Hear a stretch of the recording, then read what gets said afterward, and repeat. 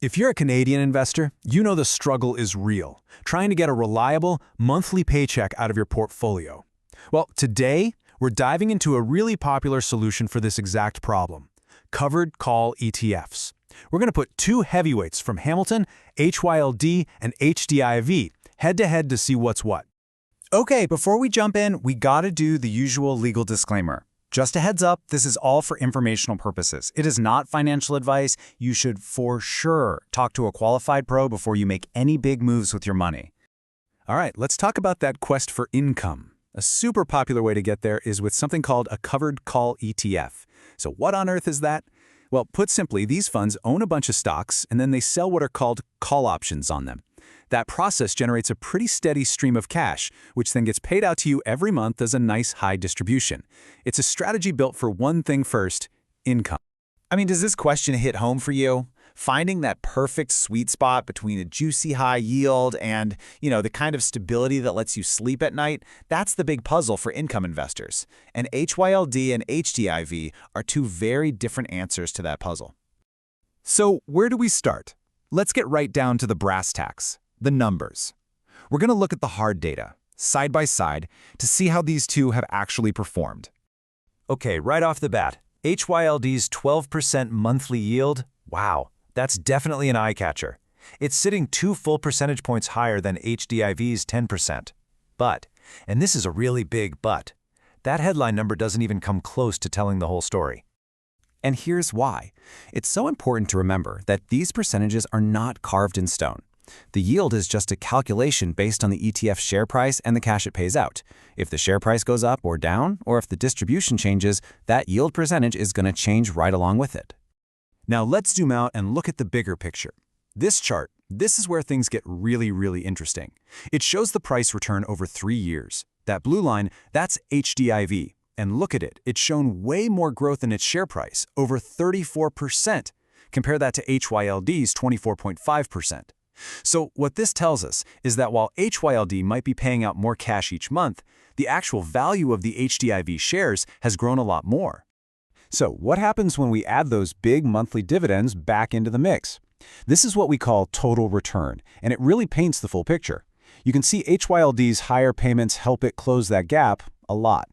But even with that income boost, look at that, HDIV still sneaks ahead with a total return of just over 82% versus about 76% for HYLD over that same 3 years.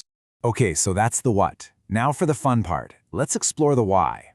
To really get these numbers, we have to pop the hood and look at the completely different strategies that are driving each of these ETFs. You can almost think of them as having different personalities. HDIV is really built for consistency and resilience above all else. HYLD, on the other hand, is all about squeezing out the highest possible yield, and it does that by basically hitching its wagon to the S&P 500, two totally different game plans. Let's dig into HDIV first. Our research team calls it the steady anchor, and that name is perfect. Its whole design is about delivering that ultra-consistent monthly income, which is absolutely critical if you're trying to live off your investments. It's built to be resilient, especially when the markets get choppy.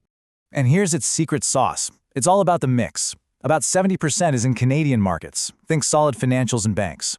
The other 30% is in the US, but it also sprinkles in some technology exposure and even some gold, which just adds another defensive layer. It's this specific blend that led the research team to call it, and I'm quoting here, a great hedge against more volatile parts of the North American markets. And that really gets to the heart of HDIV's strategy, stability through smart diversification. All right, now for HYLD. The simplest way to think about this one is as a stand-in, or a proxy, for the S&P 500. Its structure is built to follow that big U.S. index, and that's the engine that powers its higher yield. But here's the catch, the big trade-off. To generate all that income, it sells those covered calls, which basically puts a ceiling on its growth. So if the S&P 500 goes on some massive tear, HYLD gets you the great income, but it's going to miss out on some of that explosive price growth. And one more really important thing about both of these funds, they are not set it and forget it. The managers at Hamilton are always tinkering, always adapting.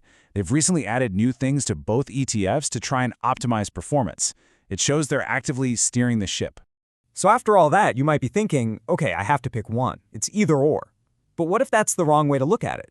What if the best strategy is actually both? Let's look at a real-world example from our research team. They actually hold both of these in their own portfolio.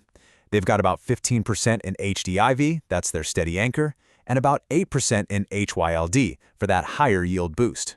And the logic here is just so clear. By owning both, you get to customize your income. You can balance the higher cash flow from HYLD with the rock-solid consistency you get from HDIV.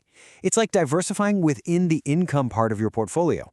So as we wrap this up, it really all boils down to that one central trade-off every single income investor faces. What do you need more of right now, yield or stability? And this table just sums it all up perfectly. On one hand, you have HYLD. Its superpower is that higher monthly yield. It's for people who want to maximize their income right now. On the other hand, you have HDIV. Its strength is consistency and resilience, which makes it a fantastic choice if you're looking for stability, especially when the market is going crazy. And that brings us to the final question, and this one is all you. Take a hard look at your own portfolio and your own goals. Do you need to crank up the dial on your monthly income, or do you need to add a bit more of that steady anchor to smooth out the ride?